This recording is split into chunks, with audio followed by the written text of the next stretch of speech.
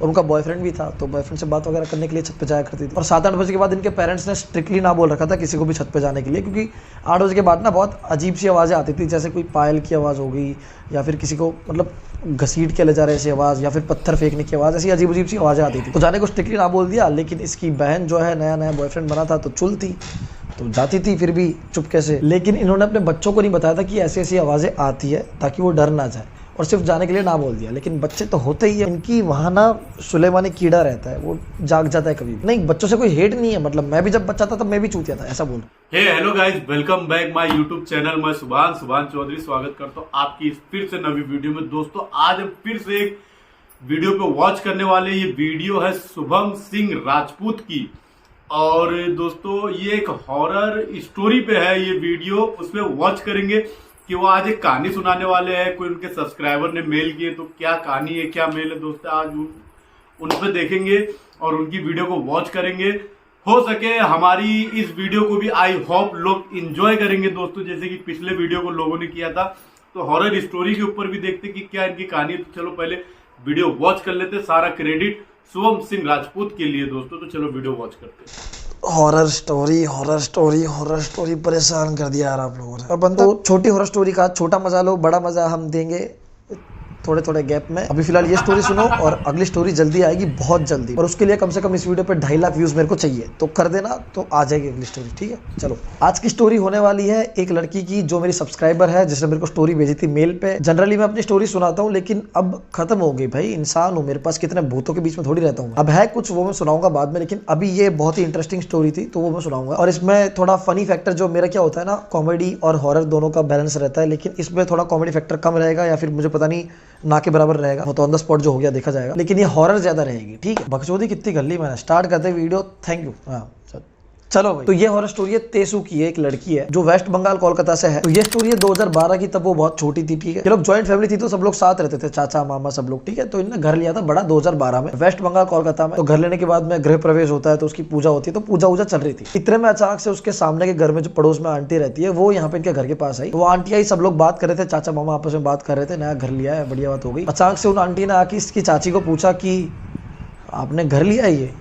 तो उन्होंने कहा हाँ, लगता तो यही है, दिख नहीं रहा पूजा कर रहे हैं। तो आंटी ने कहा यहाँ पे आप रह पाओगे? चाची कहती रह पाओगे, ये क्या बात हुई? सबने सुना, सब शौक हो गई, ये कैसा सवाल है, रह पाओगे? मतलब रहने का एक्सपीरियंस तो हमको भी है, बहुत 25-30 साल से रह ही रहे घर पे, मतलब रहना तो आता है हमको। ये कैसा बेतुका सवाल था, रह पाओगे? मतलब इसके लिए कोई एफर्ट मारने की तो जरूरत है नहीं, रहना है बस। तो चाची ने बोला कि यार मतलब क्यों, क्या दिक्कत हो गई? आंटी ने कहा कि एक्चुअली यहाँ पे क्या था, इस जमीन पे पहले शमशान था, तो बच्चों को जो है यहाँ पे दफन किया गया था बहुत सारे। तो यहाँ पे जो भी रहने आता है 2 महीने से ज्यादा टिकता नहीं है, और घर खाली करके चला जाता है। तो इनकी फैमिली को लगा कि यार ये लोग ना जेलिस हो रहे हैं हमसे, क्योंकि वहाँ पे कोलकाता में पूरी कॉलोनी में मिला के इनकी एक ही बिहारी फैमिली थी। ये लोग बिहारी थे बेसिकली, तो एक ही अलग पढ़ रहे थे, तो क्या पता जेलिस हो, इसलिए इनकी बिहारी फैमिली देख के उन लोगों ने आके ऐसे मतलब मजे लेने के लिए बोला हो। तो उनका घर जो है, उनके घर के जस्ट पीछे एक कोकोनट ट्री था। ठीक है, वो एकदम इनकी छत से लग के था। तो 3-4 महीने हो गए रहते हुए। इसकी जो कजिन दीदी थी, मतलब चाची की बेटी, तो वो जो है वो छत पे बहुत जाया करती थी घूमने के लिए। और उनका बॉयफ्रेंड भी था, तो बॉयफ्रेंड से बात वगैरह करने के लिए छत पे जाया करती थी। और 7-8 बजे के बाद इनके पेरेंट्स ने स्ट्रिक्टली ना बोल रखा था किसी को भी छत पे जाने के लिए, क्योंकि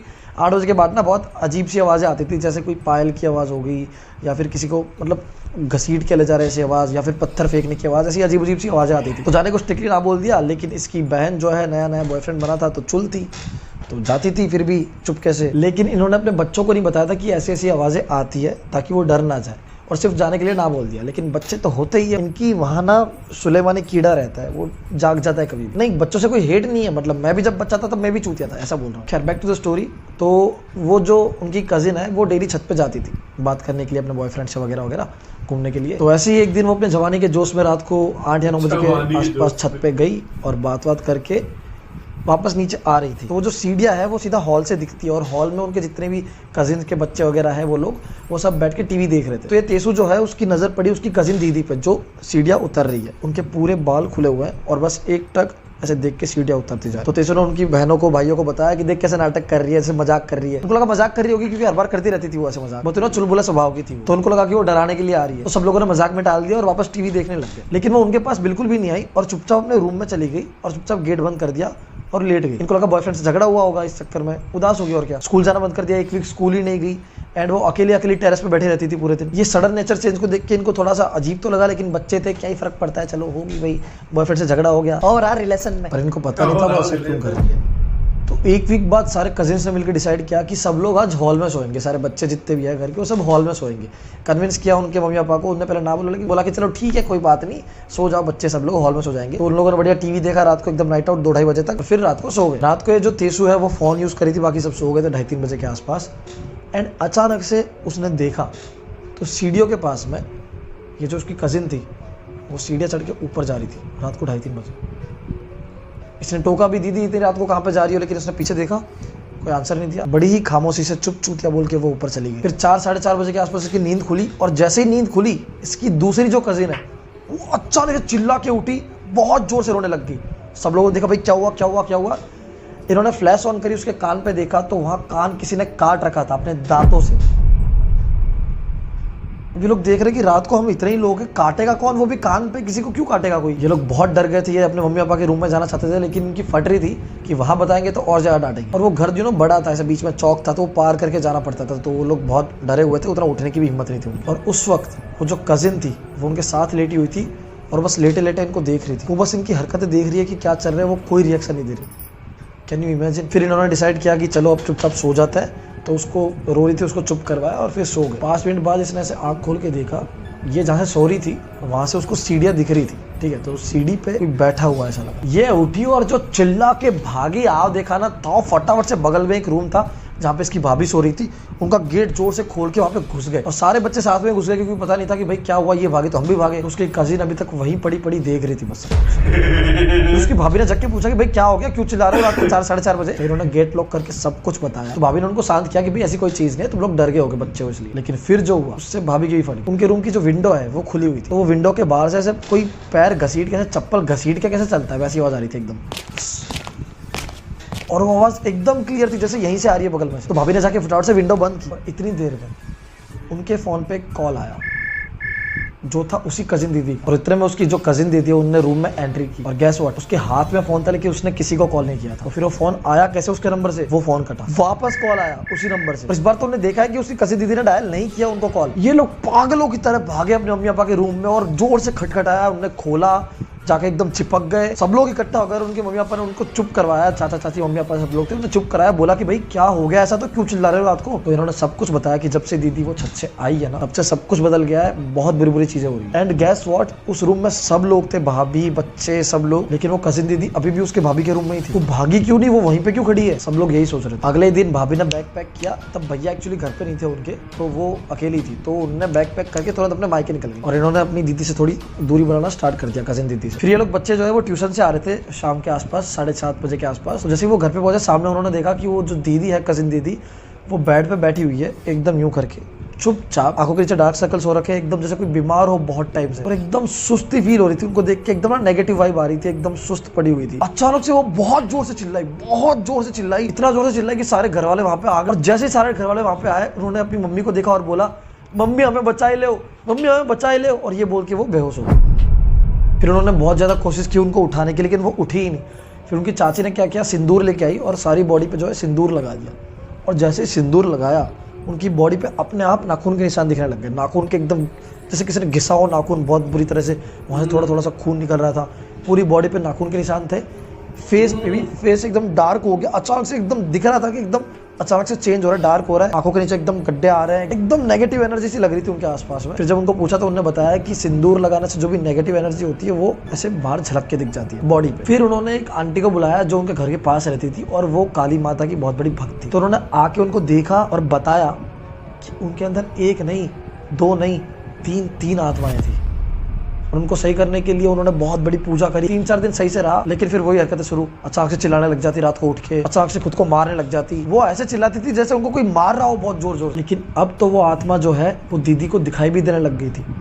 वो उनको प्रोवोक करती थी सुसाइड करने के लिए। घर के बगल में कुआं था, वहाँ पे कूदने के लिए या फिर फांसी लगाने के लिए कई बार उन्होंने ट्राई भी किया, लेकिन उनको एंड टाइम पे होश आ जाता और वो बच जाती। फिर जो आंटी जिन्होंने पूजा करवाई थी उन्होंने बताया कि यहाँ पे एक लड़का था जो कुंवारा था, जिसने सुसाइड कर लिया था अपनी गर्लफ्रेंड के चक्कर में ऑब्वियसली। और वो पता है कहाँ पे रहता है, उनके घर से लग के जो नारियल का पेड़ था ना, उसमें। और दीदी जो है वो नारियल के पेड़ के पास ही जाके रात को वो जो पट्टी होती है उस पर जाके बैठती थी शाम को 7-8 बजे के बाद में, और वो अपने बाल खोल के बैठती थी, तो चिपक गया उस भूत ने उनकी दीदी को वश में कर लिया था और अब वो उनको प्रवोक कर रहा था सुसाइड करने के लिए, ताकि मरने के बाद वो उसकी हो जाए। फिर घर वालों ने बहुत ट्राई करी उनको संभालने की, लेकिन हर रात को चिल्लाती चीखती चिल्लाती रहती, इतना ज्यादा हो गया था कि वो अपने कपड़े फाड़ देती थी, समझ रहे हो। लेकिन ये लोग जो तेसु वगैरह है वो बच्चे थे, तो उनको उस चीज से दूर रखा जाता था और बड़े लोग ही उन सब चीजों को हैंडल करते थे। एक टाइम के बाद ये इतना ज्यादा हो गया था कि अगर अब कुछ नहीं किया जाता तो उनकी कजिन जो है उनकी डेथ हो जाती। तो उनके जो पापा है, उनके चाचा, उनके एक दोस्त थे बांग्लादेश में, जो कि एक बहुत ही जाने माने बाबा थे, वहाँ के मुस्लिम बाबा थे।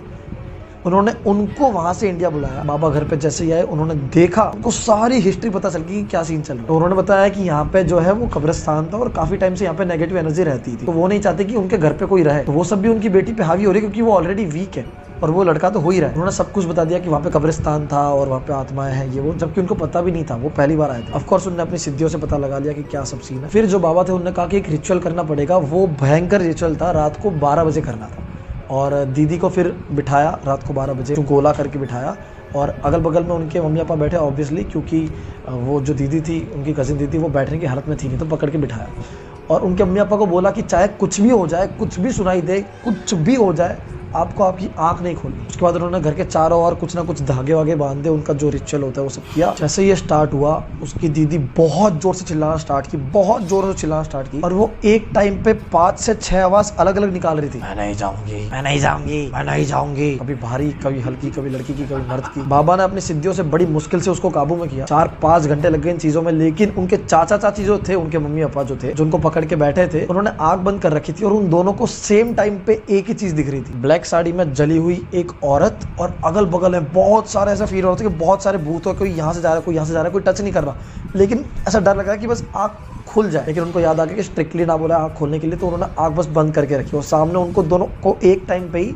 ब्लैक साड़ी में जली हुई औरत दिख रही है और वो उनको घूरे जा रही है। और इन दी एंड 4-5 घंटे के रिचुअल के बाद में उन बाबा ने लास्ट में गंगा जल फेंका, और गंगा जल जैसे छुआ उनको, उसके अंदर से सारी आत्मा निकल गई। और तेसु तब तो छोटा था, उनको देखने की परमिशन नहीं थी, लेकिन जो बड़े लोग थे उन्होंने बताते हैं कि उनकी कजिन दीदी के अंदर से लिटरली ऐसे कोई हवा गई हो एकदम से, कि सोचो आपकी कोई आग हो, आग जली हुई हो कहीं पे, वहाँ पे पानी डालोगे तो कैसे एकदम वो करके हवा निकलती है, वैसा एकदम निकला। दीदी की बॉडी एकदम सुन्न पड़ चुकी थी, वो एकदम बेहोश हो गई, और धीरे धीरे अपने आप उनकी जो बॉडी पे दाग थे, जो निशान थे नाखून वगैरह के, वो सारे अपने आप धीरे धीरे कम होने लग गए और एक टाइम पे खत्म हो गए, 1-2 घंटे में। फिर उन बाबा ने बोला कि यहाँ पे जो पास में जो कोकोनट ट्री है, पहले तो उसको कटवा दो और कुआं जो है उसको ढकवा दो, और उनके घर के नीचे की जो मिट्टी है वो खोद के उसको गंगा में विसर्जन करवाओ। तो ये सब उन्होंने किया। ये सब होने के बाद दीदी को होश आया, और दीदी कुछ दिन तो डिस्टर्ब रही, ऑब्वियसली इतना बड़े सदमे से कोई आकर डिस्टर्ब तो रहेगा ही, लेकिन अब वो ठीक है और बढ़िया अपनी जिंदगी जी रही है। और फिर वो आंटी को बुलाया जो स्टार्ट में आई थी। उन्होंने बताया कि जब वो यहाँ पे नहीं रहते थे, जब वो घर बंद था, कोई आता चला जाता, तो जिस टाइम वो बंद रहता था, जब कोई नहीं रहता था,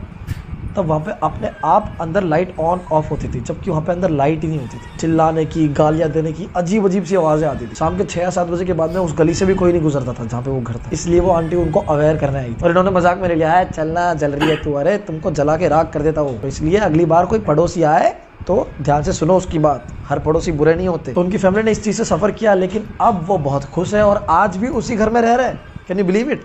मैं उससे मंगवा लूंगा फोटो अगर मेल का रिप्लाई दे दीजिए वापस। तो तेसु फोटो भेज देना आप, अगर देख रहे हो तो मैं आपको अगली स्टोरी में दिखा दूंगा वो फोटो जरूर, अगर मेरे पास आ जाएगी तो, उनके कोकोनट ट्री जो कटा हुआ है, फिर कुएं की या फिर उस घर की, वोटेवर। ठीक है, अगर आप उनकी जगह होते तो क्या आप भी उसी घर में अभी भी रहते? बताओ। तो ये थी आज की स्टोरी। अगर आपको अच्छी लगी तो प्लीज शेयर कर दो, और थैंक यू गाइस। जल्दी मिलते हैं अगली स्टोरी में। Thank you, love you, bye. हमारी तो कटिया कड़ी हो गई थी, मेरी बहुत फटती है ये एक्टिविटी से दोस्तों, और ये रियल में होती है, या ऐसी एक्टिविटियां रहती है दुनिया में। देखिए, अल्लाह ने मखलूकात बनाया दुनिया में, और बहुत सारी किस्म की मखलूकात है, तो वाकई में ये चीज होती है। बशर्ते ये है कि हमें किस पोजीशन पे, किस डायरेक्शन पे जाना है, कहाँ से बचना है, वो हमारे ऊपर डिपेंड करता है दोस्तों। तो हमारी ये दुआ है कि अल्लाह सबको भी शयातीनों से बचाए, शैतानों से बचाए, इन एक्टिविटीज बचाए अल्लाह ताला। और दोस्तों आप लोग को ये वीडियो कैसी लगी है, तो दोस्तों आप लोग बता सकते हैं ये आप लोग को कैसी लगी है, और कमेंट बॉक्स में जाके आप लोग अपनी राय भी दे सकते हो कि आप लोग को किस चीज की वीडियो पे आपको वॉच करना है, किस चीज की वीडियो आपको देखना, हम किस पे रिएक्शन करें। तो आप लोग अगर कमेंट बॉक्स में जाके दोस्तों अगर लिखते हो, हमें बताते हो इस टॉपिक पे आप वीडियो बनाते हो, ये हमारी हौसला अफजाई होती है दोस्तों, हमारी हिम्मत बढ़ती है उस टॉपिक पे वीडियो बनाने के लिए। और दोस्तों हर डेली हम वीडियो लाते रहते हैं, एक से एक वीडियो हमारी आती रहती है, कुछ यहूदियों के ऊपर, कुछ रोस्टिंग, कुछ हिस्टोरिकल, कोई भी वीडियो पे हम वॉच करते रहते हैं दोस्तों। तो आप लोग को ये वीडियो कैसी लगी, आई होप आप लोग को ये वीडियो अच्छी लगी होगी, और अपने भाई को सपोर्ट करो दोस्तों, इस चैनल को सब्सक्राइब कर लो, अपने दोस्तों से भी सब्सक्राइब करा लो, घर वालों से भी सब्सक्राइब करा लो, और सुभान चौधरी ब्लॉग चैनल को आगे बढ़ाओ दोस्तों। तो मैं एक से एक नवी वीडियो आप लोग को लाके देते रहूंगा। मिलते किसी नेक्स्ट वीडियो में दोस्तों, तो शेयर करना मत भूलेगा, अपने भाई को सपोर्ट करिए, इंस्टाग्राम, फेसबुक, ट्विटर, व्हाट्सएप, जिस पे हो सके अपने दोस्तों में, फैमिलियों में शेयर करिए दोस्तों, और चैनल को प्लीज सब्सक्राइब कर लो दोस्तों। तो मिलते हैं अगली नेक्स्ट वीडियो में, बाय।